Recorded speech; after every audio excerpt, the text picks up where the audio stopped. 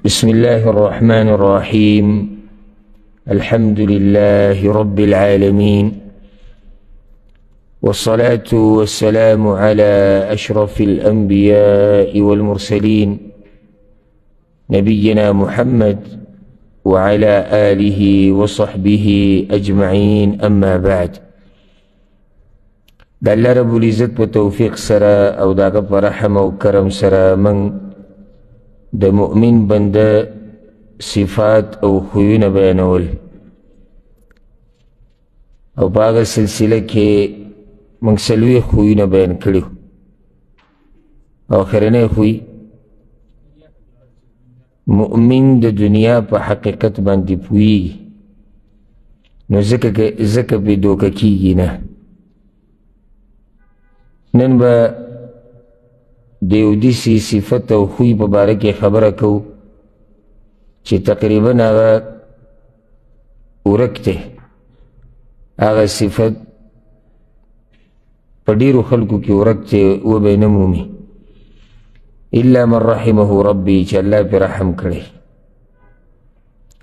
هغه خوی چې د هغې ذکر په قرآن کې په حدیث کې راغلی دی، سلف صالحینو د هغې په باره کې نصیحتونه کړي دي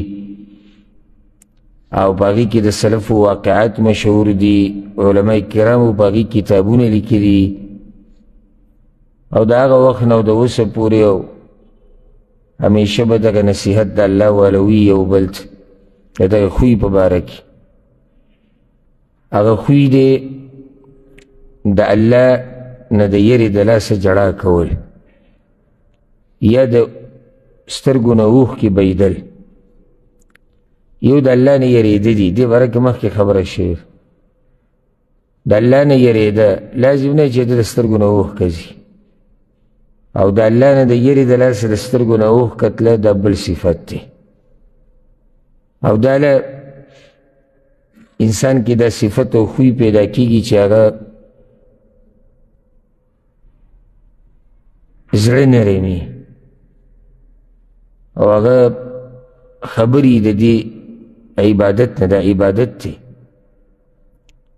داسې خو د جړا ډېر اقسام دي، لکه یو جړا هغه ده چې هغه مباح ده، نه پې ثواب شته نه پې ګناه شته. یو قسم جړا هغه ده چې هغه ګناه ده، حرام ده. او یو قسم جړا ده عبادت. او په دې باندې د الله په توفیق سره ما یو کتاب هم لیکلی دی، حیات القلوب فی البکاء من خشیة علام الغیوب، د زړونو ژوند د الله نه د یرې د لاسه په جړا کې. نو که څوک غواړي چې د دې صفت او خوی په باره کې ډېر څه وګوري، نو داسې قسمه کتابونو ته دې رجوع وکړي چې هغه په دې موضوع کې لیکلی شوي. او ضرورت د دې خبرو د بیان په هر وخت کې دی او په دې باندې لیکلو ته هر وخت کې ضرورت دی. خو زموږ په دې زمانه کې ډېر نادرا چېرته څوک به ویني چې د سترګو نه اوښکې لاړې شي. هغه اوښکې نه مزدوري ورته نه میلایي، د هغې د لاسه اوښکې یا د تکلیف د لاسه د درد د لاسه دغه مباح جړاګانې هم نه یادو، نه هغه د ګناه هغه فلم ته جړل، عشق عاشقۍ کې جړل،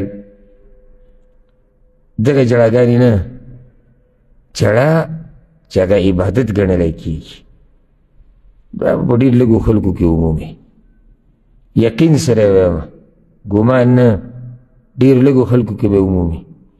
په هغې یو دلیل دا دی چې دا عبادت څومره ناشنا دی چې زموږ په دې زمانه کې هغه سړي ته په ګوته باندې اشاره کېږي کوم چې د الله د یرې د لاسه جاړي. پوه شوئ تاسو ولې څه مطلب شو دی؟ یعنې یو کس دوه دي، یو کس دوه. یعنې پخوا به هغه کسانو ته اشاره کېده چې یاره زړونه یې سخت دي د سره جاړي نه. اوس اشاره هغه چا ته کېږي اخره کې څوک ناسي دا وربند کې یاره. اوس اشاره هغه چاته کېږي چې هغه جاړي د الله د یېرې نه. او دا لازم نه چې د الله د لاسه د الله نه د یېرې د لاسه جړه کول دا به مخامخ دا پټوم کېدی شي او اکثر پټي خو دومره دی چې د خلکو د حالاتو نه هم سړی اندازه لګولی شي چې دی به پټه به جاړي او که نه به جاړي هسې خلک اندازه لګوي.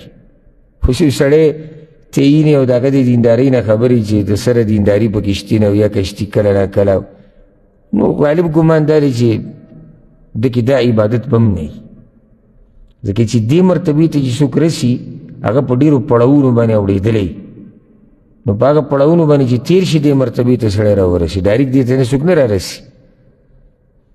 نو دا هغه اوچت خوی دی چې نن سبا ورک دی بلکل په ډېرو لږو خلکو کې به عمومي یعنې لټون یې وکړه او د ځان نه شروع وکړه.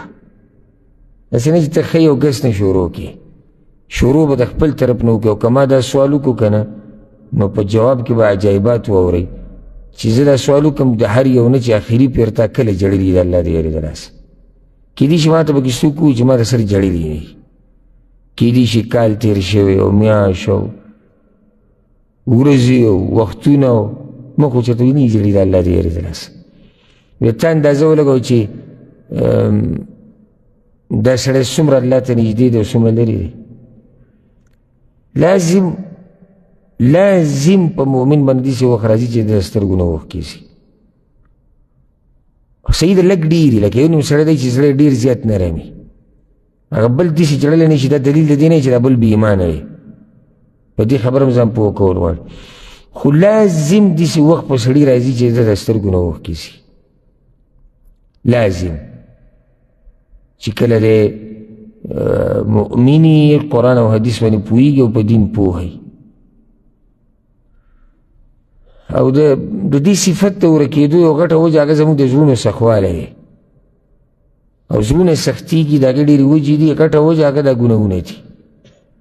یعنې چې سهار ماښام ته یوازې د دې انټرنیټ دا جاخې ګورې را ګورې ستا زړه به څه وجاړي د الله د یېرې د لاسه یعنې دومره سخت شوی دی چې ده ته ګناه د سره ګناه نه ښکاري د الله سره دشمني د سره ورته سخت ښکاري نه حرام خوري دا ورته د سره سخت ښکاري نه او نوره بېدیني نو دی به د څنګه وجاړي د الله د یېرې د لاسه. د الله د یېرې د لاسه جړه دا خو څه ایمان به هم غواړي که نه نه زه به هر څنګه یم خو چې دا صفت په ما کې راشي داسې نه شي کېدی چې زه به هر څنګه یم او دا صفت په ما کې راشي دا نه شي کېدی. او جړاګانې موږ لیدلي دي د خلکو او نن سبا چې کومې جړاګانې دي لکه ولې جاړي وایي کرکټ یې وبلو یا چې دې مرتبې ته کله قوم ورسي نو بیا په دې قوم باندې سلام دی او د داسې ژوند نه بیا چې سړی د ځمکې په دې خېټه کې پروت دی هغه ته غوره ده. ولې ژاړې هلکه وایي هغه جنۍ چې زه پې مینو هغه یې بل له ورکړې دا نن سبا د هلکانو جړاګانې ولې ژاړې هغه کوم سټار چې و په میډیا باندې د هغه سره ملاقات ونه شو او د دې سټار څوک دی یا ډم دی یا کرکټي دی یا کنزلمار دی یا بدماش دی یا فلمونو والا دی یا ډرامو والا دی دا سټار دی. هلکه ته ولې ژاړې یو کلیپ دی هغه د ولیدو او د هغې سره د غم ساز لګېدلی دی د غم ساز هغې ته جاړي ناست دی بس وي دا زړه زړه پورې خبرې نو د یو نیم سړي زړه نرم وي نو چې د غم ساز تا دومره متاثره کړي تا په ژړا کړي ته د الله یېرې د لاسه چې ته جړلي دي وایه او چې قرآن واوري کله دې جړلي دي کله نصیحت دی او عالم دی اورېدلی چې جړلي دي حدیث واوري ته جاړې د صحابه کرامو د نیکانو خلکو تذکره چې ته واوري چې ته جړلي دي. دا سوال ګورئ زه اول د ځان نه کوم بیا تاسو نه اخوا دې خوا مه ګورئ چې خوا کې به بل څوک څنګه بل تا ته زه وایم تا کله جړلي آخري پیر ته چې قرآن تلاوت کې سترګو چې ته اوښ کتلی حدیث دې کله اورېدلی دی جړلي دي ورسره کله درته وایم کله به کلونو کې به راتلی شي خفه کېږم زه د روزانه نه یم ځینې چې سړی چې دا خو ډېره ګرانه شوه روزانه داسې د الله بندګان شتي چې په هغو باندې په ورځ کې لازم داسې وخت راځي الله ورته اسې رایاد شي بس به ژړا شي، الله ورته رایاد شي بس به ژړا شي. دا ایمان دی. نو د دې صفت په باره کې خو موږ هغه تفصیلي خبره نشو کولی کومه چې په کار دی چې هغه ډېر وخت غواړي، خو صرف دومره یو څو خبرې چې دا خبره موږ ته صرف رایاده شي چې ګوره د نیکانو بندګانو یو دا خویوم دی. قرآن کې د جړه ځای په ځای فضایل راغلي دي. الله رب العزت د مؤمنانو شان ذکر کړی دی. یو روایت کې دې راځي جعفر ابن ابي طالب رضی الله عنه چې کله هجرت وکړو حبشې ته لاړ او د نور مؤمنانو سره لاړو، نو رسول صلی الله علیه وسلم دوی ته نصیحت کړی چې هلته یو باچا دی، نجاشي باچا یې ورته ښوولی، د هغه خواله به ورشئ او هغه سړي په باره کې مشهوره ده چې څوک د هغه خواله ورشي هغه سره ظلم نه کېږي. هغه نصرانی و. بیا هلته هغه تاسو سیرت کې به واقعه اورېدلي، هلته بیا مجلس کې خبره اتره وشوه او هغه ته تپوس وکړو چې تاسو د عیسی علیه السلام په باره کې څه وایئ. نو هغه د نجاشي باچا په مخ کې سورت مریم تلاوت وکړو. سورت مریم په اوله کې د زکریا علیه السلام تذکره ده چې هغه الله یحیی علیه السلام ورکړو زوی، او بیا پسې تذکره د مریم ده چې هغې له الله زوی ورکړو عیسی علیه السلام. هغه ځای کې د عیسی علیه السلام مرتبه بیان شوې چې عیسی علیه السلام څوک دی. نو هغه راولګېدو د خپل علما او د زاهدان او مولیان او پیران دی ټول راجمع کړو چې تاسو راشئ دې خبرو ته غوږ کېږدئ که نه دا سړی څه وایي. الله رب العزت هغوی له د ایمان توفیق ورکړه او د نجاشي مسلمان شو، خو هغوی هغه حال دومره مزیدار حال و د هغوی او د الله دومره خوښ شو چې قرآن کې بیان کړی دی. نو الله وایي وَإِذَا سَمِعُوا مَا أُنزِلَ إِلَى الرَّسُولِ، او کله چې دوی واوري هغه څه چې پیغمبر ته رالېږلی شوي هغه وحي د قرآن دی، ترى أعينهم تفيض من الدمع، وی بنې سترګې د دوی ته چې هغه بهیږي به په اوښکو سره، ولې مما عرفوا من الحق، د دې د لاسه چې دوی حق وپېژندو هغه حق د دوی په مخ کې بیان شو، د دې د لاسه دوی د سترګو نه اوښکې روانې شوې، وایي څه ربنا آمنا فاكتبنا مع الشاهدين، یا الله موږ ایمان راوړو او موږ د توحید د ګواهي کوونکو سره یا الله ولیک. وما لنا لا نؤمن بالله، موږ ایمان ولې نه راوړو او موږ ته خو حق راورسېدو او موږ تمه ساتو چې الله رب العزت به موږ د نیکانو خلکو سره یو ځای کوي. فاثابهم الله بما قالوا جنات، دا ایتونه تاسو نږدې وخت کې کوم ځای کې اورېدلي؟ دې مانځه کې فاثابهم الله بما قالوا جنات، الله رب العزت ول د هغې په بدله کې جنتونه ورکړو. فضیلت دی دا د جړه چې الله رب العزت د هغوی هغه شان هغه قرآن کې را نقل کړی دی او اثر په هغوی باندې ګوره قرآن کړی و. دومره خوږ کلام دی د الله او دومره اثرناک چې کافر واورېدو خو په توجه سره یې واورېدو. دا پکې یاده کړه، داسې اورېدلی نه لکه اوس ما ایتونه ووایي کیدای شي د بعضو په سر باندې له پاسه تېر شي به داسې اثر کوي. توجه سره یې واورېدو په زړه یې ول اثر وکړو، د سترګو نه یې اوښکې روانې شوې، الله ته یې غاړه کېښوده. دا اثر د الله د کلام دی چې کله څوک په توجه سره واوري. او من قرآن چې زموږ په زړه اثر نه کوي نو واضح ده د موږ پې چې ته پوه شوي نو اثر به په موږ باندې څه وکړي. اوس که زه د قرآن د الف لام میم یا سوره فاتحې نه شروع کړم او په والناس ختم کړم یو سړی پې نه پوهېږي په ده څه اثر کوي.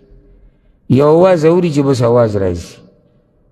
او قرآن کې الله د قرآن دا شان ذکر کړی دی الله نزل احسن الحديث کتابا متشابها مثاني تقشعر منه جلود الذين يخشون ربهم. الله دې کتاب را لېږلی دی چې د هغې سره غونې زیږ شي په هغه خلکو باندې کوم خلک چې د الله نه یېرېږي. نو غونې خو به هله په موته باندې زیږ شي چې موته په قرآن خو پوه شو که نه، هسې په موږ باندې څنګه غونې زیږ کېږي. دغه شان د الله د یېرې د لاسه جړا کول دا د انبیاو صفت دی. قرآن کې دا خبره ذکر شوې ده، دا د انبیاو کرامو صفت دی چې هغوی د الله د یېرې د لاسه جړا کړې ده. الله رب العزت سورة مریم کې د انبیاو تذکره کړې ده او ډېر پیغمبران یې ذکر کړي. بیا الله وایي اولئک الذین انعم الله علیهم من النبیین، دا هغه خلک دي چې الله پې انعام کړی او په پیغمبرانو کې غوره کړي و د پیغمبرۍ دپاره او د دې اوچتې مرتبې دپاره.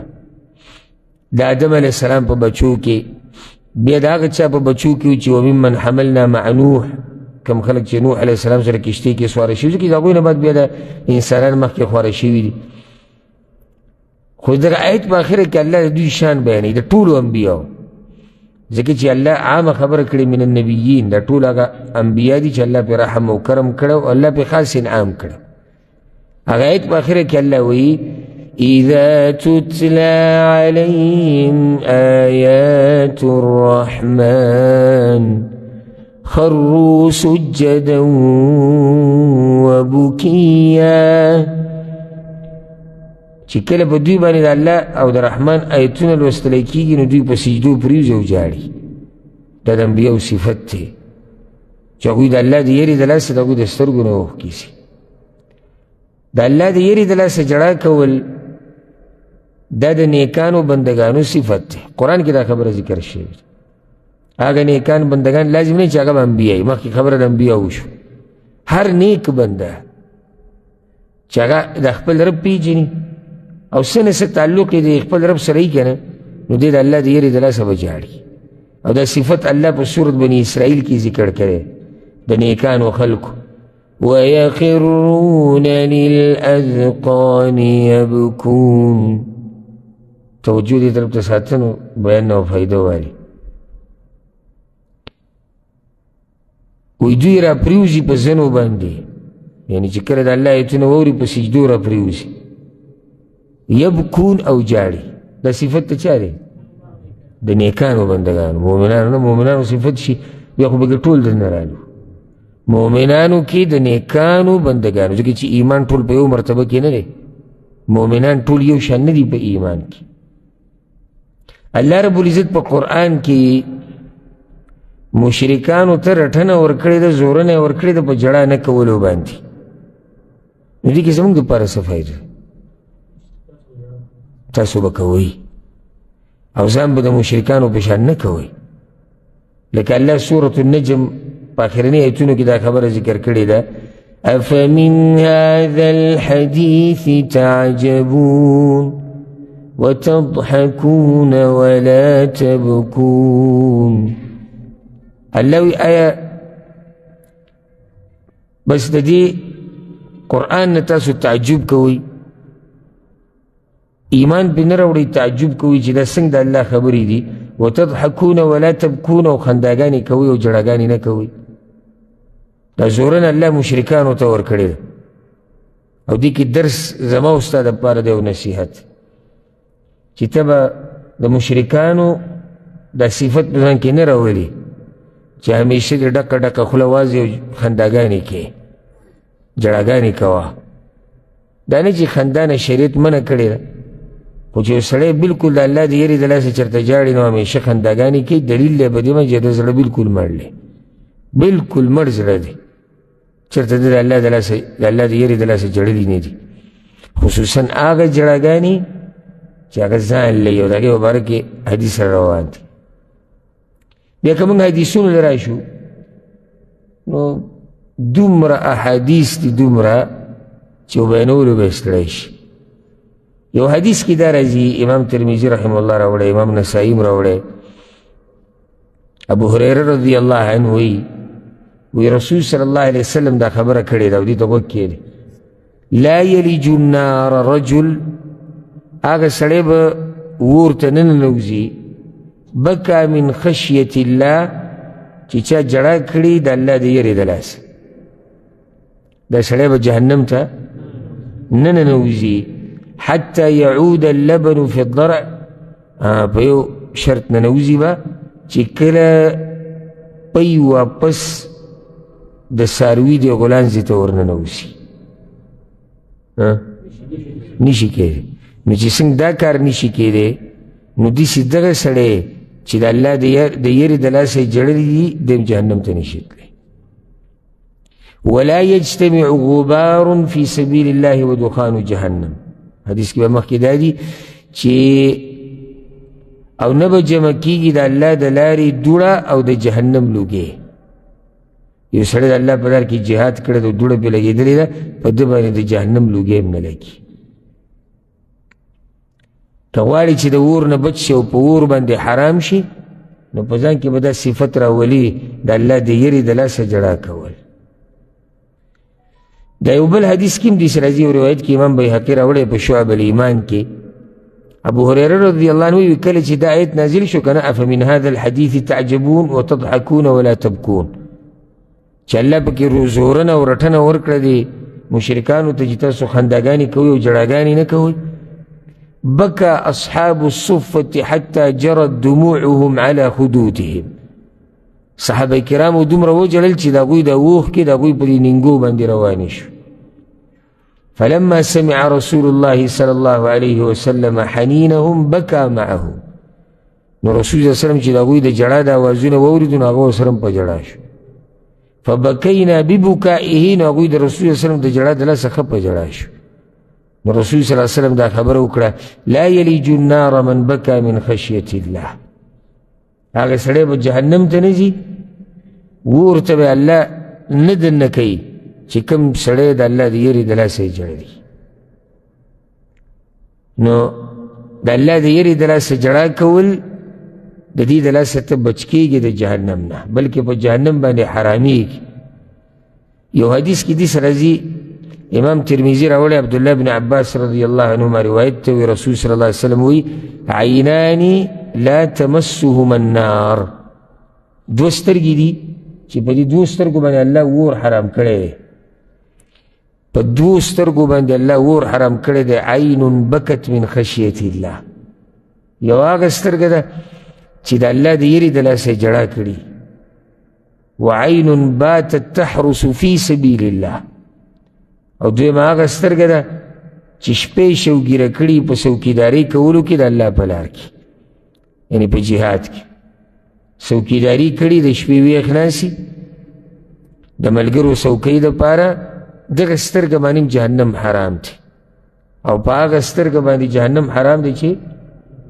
د الله د یرې د لاسه یې جړلي او دا خبره تاسو ته واپس ده په ښه او بد باندې هر سړی پوهېږي او څومره چې موږ دنیا پیژنو والله چې حیران بشي تعجب به هله وکړي که نه چې دا کړتو د دنیا په باره کې دی به د دین په باره کې ځان داسې کمقل کړي چې ته به حیران شي او په دې باندې سړی د سخته غوسه ورځي ما له خو بې سخته غوسه راځي چې کله یو سړی ویني که نه او دی په دې دنیا پسې سمې منډې وي او سم پې پوه وي او دی بیا د دین په باره کې ځان داسې نانګاره کي او داسې ناخبره کي او چې موږ جو نه خبره او چې موږ کمزور یو او موږ داسې او موږ دغه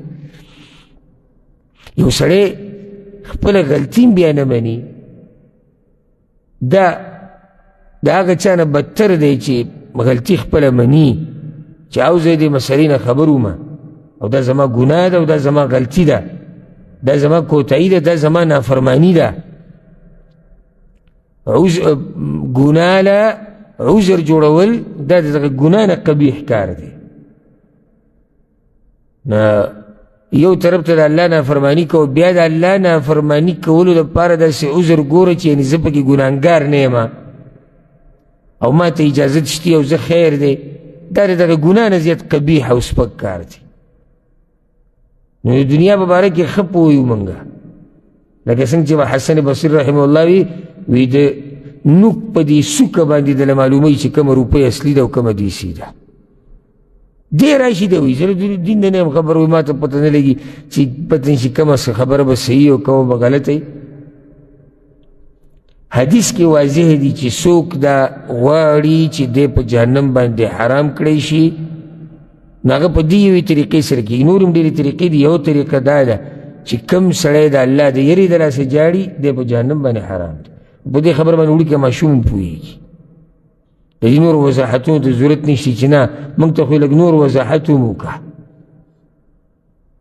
نو دا فضیلت د الله د یرې د لاسه د جړا کولو دی چې دغه سترګه په جهنم باندې حرامېږي او چې سترګه حرامه شوه سترګې واله پې حرام شو. بل فضیلت د جړا دا دی چې جړا کول دا د رسول صلی الله علیه وسلم سنت دی او د هغه طریقه ده او د مؤمنانو دپاره په رسول صلی الله علیه وسلم کې الله یو اوچته نمونه یې ښودې ده چې ته به پیغمبر صلی الله علیه وسلم ته ګورې او د هغه تابعداري به کوې. نو تابعداري که د هغه پوره کوې نو هغه د الله د یرې د لاسه جړاګانې کړي دي. جړا نه جړاګانې کړي دي. او زه هغه نه بیانوم هغه ځای چې راشه موږ هغه حدیثونه را جمع کوو چې کم کم ځای کې رسول صلی الله علیه وسلم جړا کړې ده. به قصه ډېره اوږده شي او موږ یو سلسله نږدې ورځو کې ختمه کړې وه وپېژنه خپل پیغمبر صلی الله علیه وسلم. یاد درته که نه ده؟ هسې داسې نه سوال د نه پکې نه کوم ذهن ته به راځي چې یو وخت کې موږ داسې بیانه کړې وه. کله به موږ بیانوله؟ د صحابه کرامو د سیرت نه مخکې د جمعې په ورځو بیانېده. په هغې کې د رسول صلی الله علیه وسلم د جړا تذکره شوې وه. اول ته ما ښه بلها ځایونه ذکر کړي چې کومو ځایونو کې رسول صلی الله علیه وسلم جړلي دي ولې یې جړلي.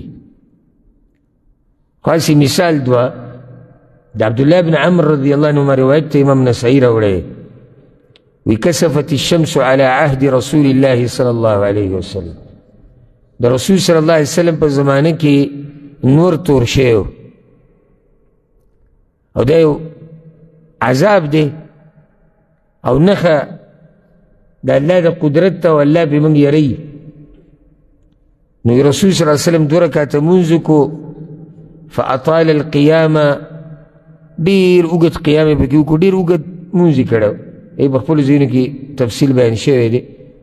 او بیا چې دی رکوع وکړه اوږده رکوع او بیا سجده وکړه اوږده سجود وی دومره سجده وکړه او جړلې پکې وجعل یبکي فی سجوده وینفخ او په دې سجده کې جړل او سلګۍ یې والې په دې سجده کې او دا به وي ربي لم تعدني هذا وانا استغفرك لم تعدني هذا وانا فيهم. یا الله تا خو ما سره لوز کړی چې په دوی باندې به عذاب نه راځي چې څو پورې دوی بخښنې غواړي او زه د نه بخښنه غواړم او تا راته ویلو یا الله چې په دوی باندې به عذاب نه راځي چې څو پورې ته په دوی کې او زه خو په دوی کې یم. دا د رسول صلی الله علیه وسلم حال دی. او چې کله دلته زموږ په ملکونو کې خو خیر خیریت دی هلته وي په مذهب کې دا مونځ نشته هلته خو قصه لنډه ختمه کړې ده. خو چې کله د عربو ملکونو کې هم دا نور یا سپومۍ توری شي او دوی مونځ کوي نو زموږ دا بعض لا دا چې د الله د یرې د لاسه وجاړي چې یاره دا نور او سپومۍ الله توره کړې ده او الله داسې هم کولی شي چې بلکل تې دا رڼا ختمه کړي او الله داسې هم کولی شي چې د دنیا د باندې نسکوره کړي او یاره آخر زموږ دا ګناهونه کوم ځای ته ورسېدو چې الله دا نښې موږ ته ښیي. راشه جومات ته راشه وجاړه راشه تلاوت وکړه راشه صدقې ورکړه راشه دعاګانې وغواړه. دوی به مسخرې کوي دا بعض پکې یاره وایي د عربو بل څه کار نه خو دقه مونځونه کوي. بیا موږ سوال کوو یاره دا ولې په موږ باندې عذابونه ډېر راځي؟ دا پښتانه وګوره که ته خپل قوم ته وګوره خپل ملک ته وګوره علاقې ته دې وګوره که څه حالت دی. کوم قوم کومه معاشره چې د الله په عذابونو پورې ټوکې کوي او د هغې نه لطیفې جوړوي او په هغې پورې مسخرې کوي دا قوم به کامیاب شي او دا قوم به بچ شي د الله د عذابونو نه. دا دی محمد ابن عبدالله صلی الله علیه وسلم هغه انسان چې سردار دی د آدم علیه السلام د بچو د انبیاو امام دی. هغه جاړي او سلګۍ یې صحابه کرام وړي شاته او دا وایي یا الله تا خو ما سره لوز کړی چې ته یې زه به دوی عذاب نه راولم چې دوی بخښنه غواړي زه عذاب نه راولم او زه تا نه بخښنه غواړم. کومه ورځ ما ورته الله ته داسې جړلي دي چې موږ په سجده کې سلګۍ والي او سلګون یې ولي یو کومه ورځ ما ورته داسې جړلي دي. حدیث کې راځي د عبدالله بن الشخیر روایت ته د خپل پلار نه نقل کوي، امام نسائی راوړی دا وایي اتیت النبي صلی الله علیه وسلم، زه رالم یو ورځ په رسول صلی الله علیه وسلم پسې وهو یصلي، هغه لمونځ کو، ولجوفه عزیز کعزیز المرجل، او د دې سینې نه داسې اواز راوته د جړا د لاسه لکه کټوۍ چې خوټ کېږي، داسې دا سینه خوټ کېده. دا طریقه د پیغمبر صلی الله علیه وسلم د مانځه. خو بیا ویم او بیا ویم دا اله کیدی شي چې کله ته پوه شي چې ته ویسه ولاړ چاته د څه دپاره ولاړې، څه غواړې د الله نه، د هغې نه بعد دا جړه راتلی شي. هسې دا جړاګانې نه راځي الله اکبر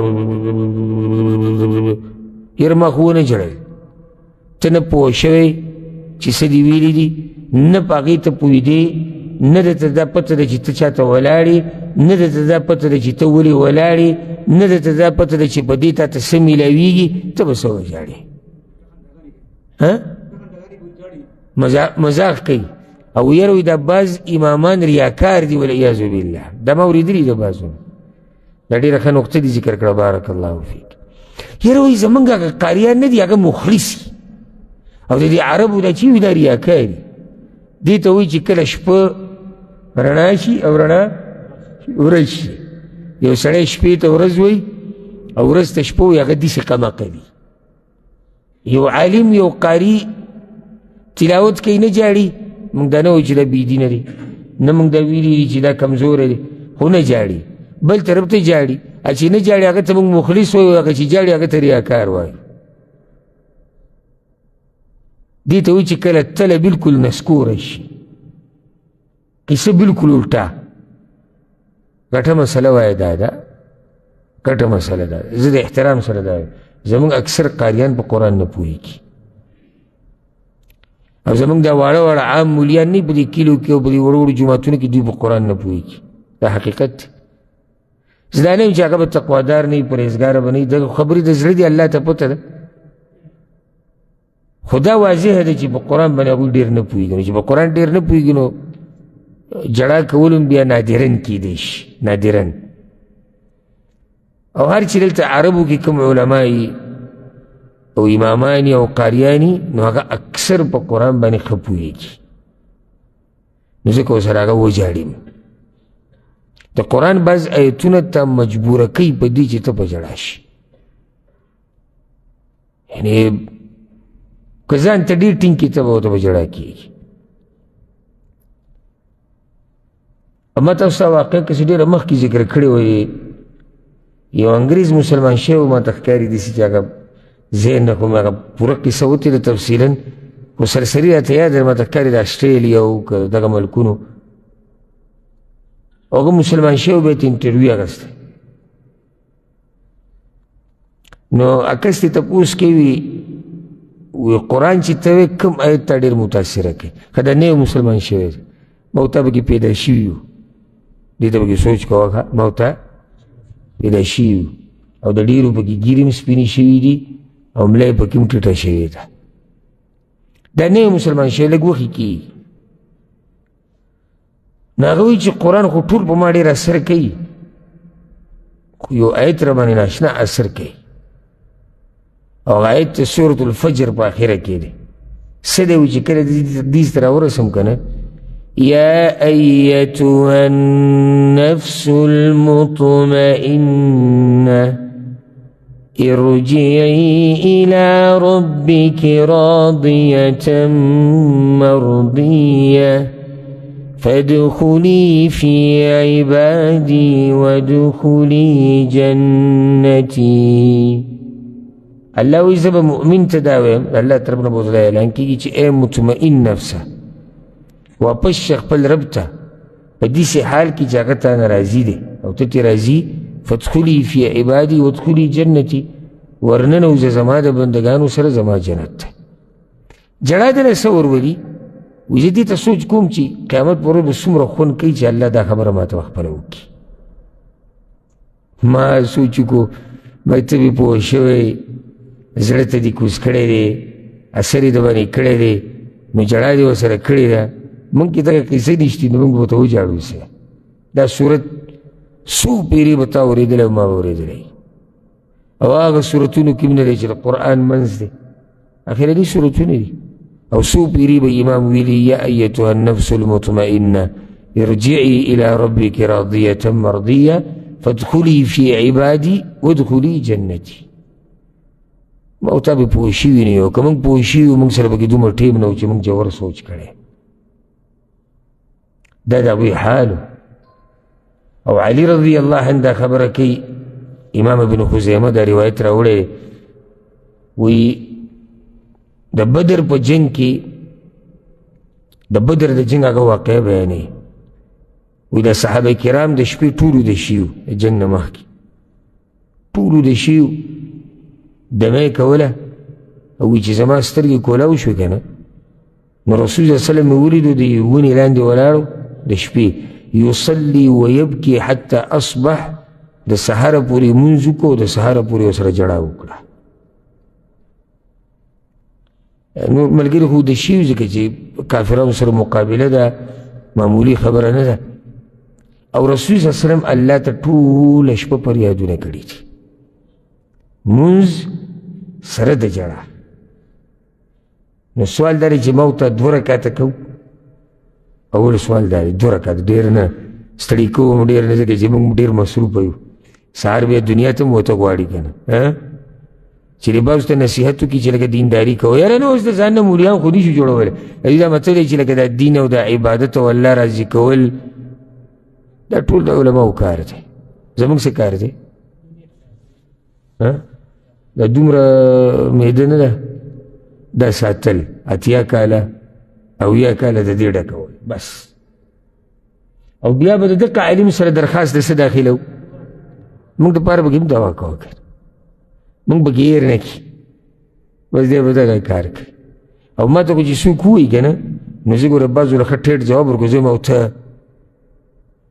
ته نه بس وي موږ به نو زه ورته ته به هم لګیایې زه به هم لګیایم نو څه حل به راوځي زه ګوره ما دا ټیکې د چا نه علمه ځکه سړی وګورم لکه حالاتو نه سړي پته ورګي سړی دین نه لري دی نو چې دې سړی کله ما ته داسې ووایي نو بطور نصیحت چې دې زما په دې خبر باندې پوه شي او نصیحت وایي زه ورته یم او ته سته به څه کوې یاره بس وي موږ زه ورته یم ته به هم څه کوې زه به هم څه کوم او ولې الله ستا د عمل نه نیسه او ولې الله تا نه پېژني څه چې زه به یو دعا وغواړم او الله به ستا هر څه ماف کړي او جنت الفردوس کې به یې ډډه لګولي څه محنت خو هم په کار دی که نو سوال دا دی چې آیا د شپې ته 2 رکعته کې جړا له نه ځو جړا خو وروستنۍ خبره اولنی سوال څه دی 2 رکعته کې نو ورپسې دا دی په 2 رکعتو کې د الله ته جړې دي تجربه دا خبره د زه د تجربې کوم او زه د الله کمزوری بنده یم زه به سیم او زما بندګي به سي خو دا د تجربې خبره ده ورب الکعبه چې دې رب ته د شپې په اخره حصه کې دې وجړل او څه فریاد دې ورته وکړو او څه دې ورته ووایي هغه له پوره کوي او چې بیا دا ورته ووایي چې یا الله ما وبخه او یا الله ما د عذاب نه وساته او دا دنیوي درخواستونه به کې هم داخله وه خو لږه ګزاره پکې کوه لکه ځکه چې زموږ د بعضو دواګانو شروع په څه کېږي یا الله به ښه ګاډی راکړې او به زما دا بچي یا الله او زما دا ښځه یا الله او یا الله دا مزدوري او یا الله دا قرضې او یا الله دا کور او یا الله دغه رور مې او یا الله کور مې او یا الله تره مې او ماما مې او یا الله بس روغ صحت او یا الله وصلی الله وسلم علی نبینا مړه شروع دې په دنیا وکړه او ختمه دې قصه په دنیا کړه صرف بس دغه دنیا ده مین موضوع لراشه اهم موضوع له الله راضي دی که نه دی راضي آخرت کې به دې څه حالي دې له به کې هم راشه لږ که نه زه دا نه یم چې دنیا مه غواړه موږ به دنیا هم د الله نه غواړو ځکه زموږ د غوښتو هغه یو رب دی خو دنیا به کې هم په دنیا له دومره توجه مه ورکوه چې دین ته نه هېر شي آخرت ته نه هېر شي او د دنیا که په موږ هر څنګه تېره شي تېرېږي که هر څنګه تېره شو تېرېږي په غریب هم تېرېږي په مالدار هم تېرېږي په بیمار هم ژوند روان دی په روغ هم روان دی غټه مسله هغه دا ده چې د قبر کې به څه کوو برزخ کې به څه کوو آخرت کې به الله ته څه کوو چې مخامخ کله ودرېږو د هغې سوچ پکار دی رسول صلی الله علیه وسلم د جړا ترغیب ورکړی دی، په خپل هم جړی دی، امت له ترغیب هم ورکړی. حدیث کې دا راځي، امام ترمذي راوړی، ابو ذر غفاری رضی الله عنه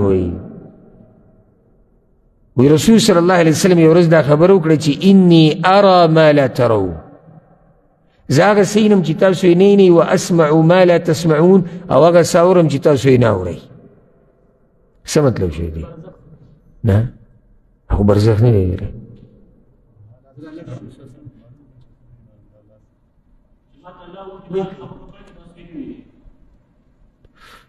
کیدی شي دا دوه جوابونه تاسې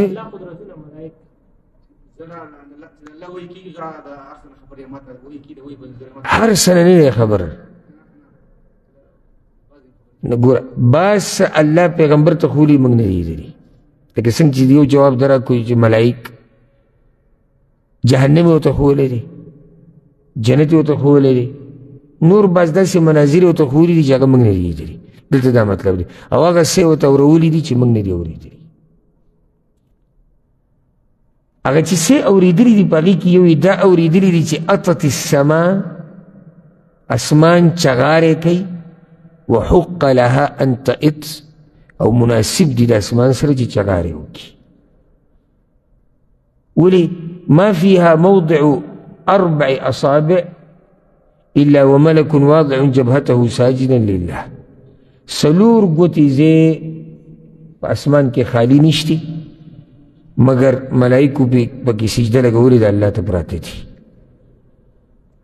بیا وایي والله لو تعلمون ما اعلم، زما دې په الله قسمي که تاسو ته هغه خبرې معلومې شوي چې کومې ما ته معلومې دي. یعنی الله ته ودرېده، آخرت، جنت، جهنم او داسې نور څه چې کوم پیغمبر صلی الله علیه وسلم ته معلوم دي او موږ ته نه معلوم وي، که دا ما ته دا څه چې ما ته معلوم دي که دا تاسو ته معلوم وي که نه، لضحکتم قلیلا ولبکیتم کثیرا، تاسو به ډېرې لږې خنداګانې کړې وې، تاسو به جړاګانې ډېرې زیاتې کړې وې. وما تلذذتم بالنساء على الفرش، او بدی تلایانو او بسترو کې به تاسو د خپلو ښځو نه خوندونه نه وی اخیستی، زړه به هم نه کېدی دې ته. ولخرجتم الى الصعودات تجأرون الى الله، او تاسو به دې لارو ته وتې وې، تجأرون الى الله، او الله ته به هم جړاګانې کولې، په الله پورې به هم پناه نیوی چې الله موږ وساته. دا اله چې کله موږ ته پته وې، و بعض خبرې خو رسول الله صلی الله علیه وسلم لیدلي موږ نه دي لیدلي، ښه ډېر څه رسول الله صلی الله علیه وسلم موږ ته بیان کړي دا، کومې چې بیان کړي چې په هغې هم نه پوهېږو نو څه به وژاړې، هغه خبره لا پرېږده. د دې تطبیق د صحابه کرامو په ژوند کې ډېر مثالونه دي، لکه دا رسول الله صلی الله علیه وسلم وی د ښځو نه به خوند نه وی اخیستی. په دې ډېر مثالونه سلف صالحینو په ژوند کې شته، که عبدالرحمن بن عوف رضی الله عنه. دا زه به طور مثال ذکر کوم، دا نه چې صحابه کرام کې صرف دغه یو واقعات به د هغه روژه وه او زوی دا قصه بیانوي، وایي زما مور وله روژه ماتې راوړه، او وایي چې ده کله د روژه ماتې ته وکتو نو په جړا شو، سم په جړا شو. ولې ژاړې؟ وایي حمزه رضی الله عنه شهید شو او هغه زما نه غوره و، او دومره څه نه و چې موږ هغه پوره پکې پټ کړی، او مصعب رضی الله عنه شهید شو هغه زما نه غوره و، او دومره څه نه و چې موږ پکې پټ کړی، یو څادر چې په سر به مولا چې خپې به ښکارېدی، چې به خپه مچ او څادر سر به ښکارېد، او موږ یې ناز یو او دا رزقونه خورو، دا مزې کوو. لاړ پاڅېدو، هغه روژه ماتې خوراک یې د سره وناکو. چې کله الله پیژني که نه، هغه بیا د دې دنیوي نعمتونو نه مزې وانخلي. یعنې اوس که موږ ته د دسترخوان ډک کړو که نه، نو موږ به شروع وکړه، ورننوځه پکې. دې ته دې سوچ کړی دی چې الله ته ودرېده دي، مخامخ کېده دي، حساب کتاب دی، دا دومره پراخه نعمتونه چې الله موږ له سره زموږ د ګناهونو راکوي چېرته الله ګوره موږ رانیسي چېرته الله ګوره یعنی علماو د دغه روایت په شرح کې دا هم لیکي عبدالرحمن بن عوف په دې وجړل او ویلم دی روایت کې داسې خوازیه چې ښکاري داسې چې الله زموږ د نیکیانو اجر موږ له په دنیا کې راکوي نو ځکه دا دومره نعمتونه راکړو دې ته زموږ سوچ چېرته نه ځي که نه تللی د چا سوچ نه منګه او الله موږ له سزا راکوي موږ خو وایو چې د دنیا چې الله موږ له راکوي او داسې پراخې راکوي نو موږ څوک یو آخرت خو به راکوي خو له دنیا چې راله دومره جوور او ډوبه راکوي که نه نو موږ په ځان باندې ښه ګمان جوړ شوی دی ښه ګمان څه دی موږ دینداره یو ځکه الله را کړي دي سم خیال دی حمزه رضی الله عنه دینداره نه و چې د هغه کفن هم نه میلاوېده د عبدالرحمن بن عوف خو په جړا به دی شو که نه موږ خو وایو موږ دیندار یو ځکه الله هر څه را کړي دي عمر بن عبدالعزیز رحمه الله د هغه بیبي دا خبره ذکر کوي وایي چېرته هم داسې ورځ داسې شپه نه ده راغلې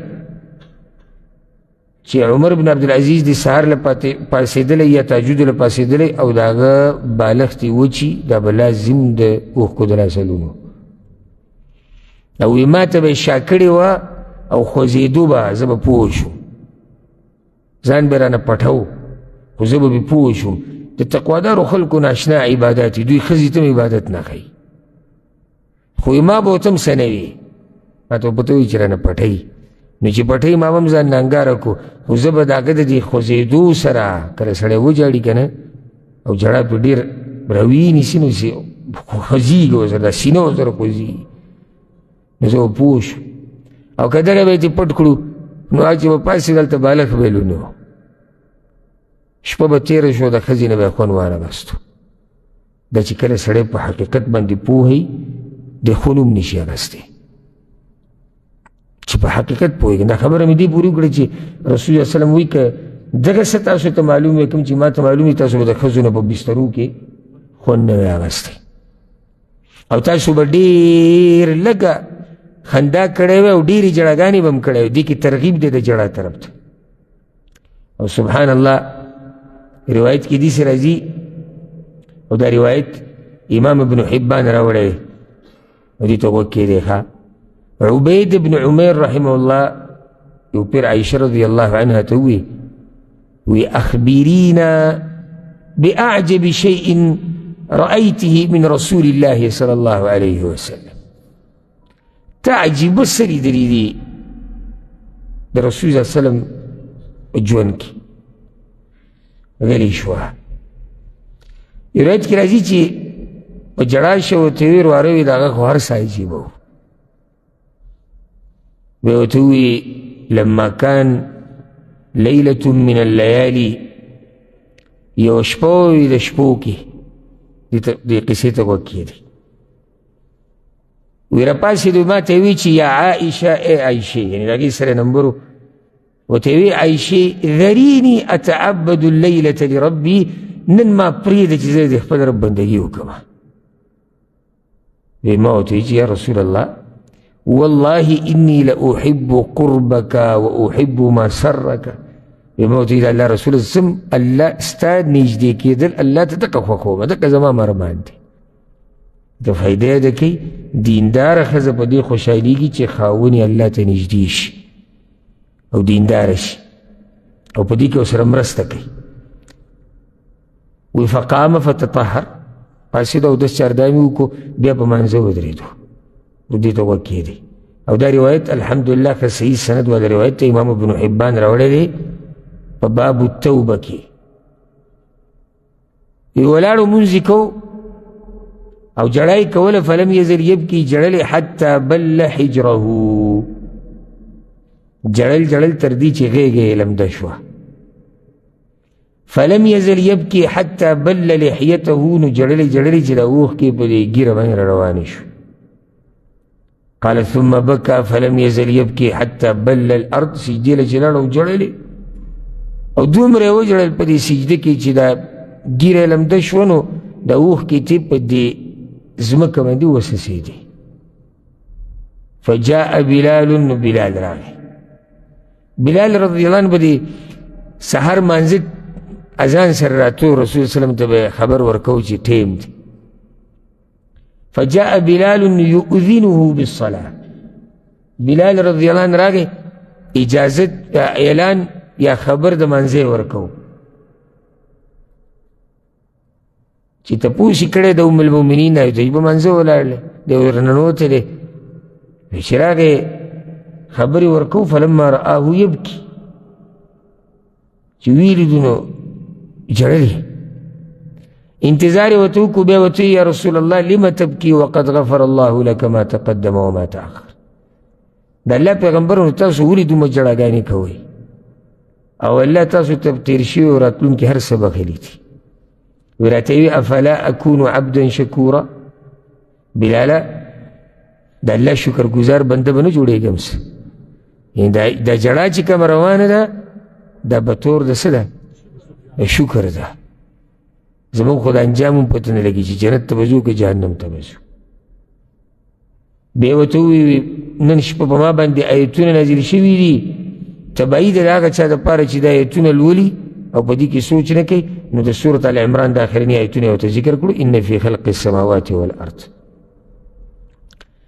د الله د یرې د لاسه چې کومه اوښکه بهیږي که نه دا د الله ډېره زیاته خوښه ده. حدیث کې راځي ابو امامه رضی الله عنه روایت دی، امام ترمذي راوړی دی. رسول صلی الله علیه وسلم وی لیس شیء احب الى الله من قطرتین و اثرین. د الله رب العزت هیڅ یو څیز د دوو څاڅکو نه او د دوو نښو نه نه دی خوښ زیات. دوه څاڅکي دي دوه نښې دي. هغه څاڅکي دا دي قطرة من دموع في خشية الله. د الله د یرې د لاسه د سترګې نه اوښکه تلل دا قطره د الله سمه خوښه ده. وقطرة دم تهراق في سبيل الله. او په جهاد کې چې د وینې کومه قطره او څاڅکی د بدن نه ځي. واما الاثران او هر چې هغه دوه نښې دي یا نښې د قدمونو دي فاثر في سبيل الله واثر في فريضة من فرائض الله. دې ته مو غوږ کېږدي. یوه نښه د زخم هغه نښه چې بنده ته ورسي په لاره د الله کې زخم نه ښایي، بدن مو زخمي شي، ستړی شي، بل څه دغه په ده بدن باندې سخته راشي، دا نښه دا قدم د الله رب العزت ډېر زیات خوښ دی. او دویم دې ته غوږ کېږدي او هغه نښه چې بندې ترلاسه کي یا ورته میلاو شي په فرض مونځ کې. فرض مونځ کې کومه نښه ده؟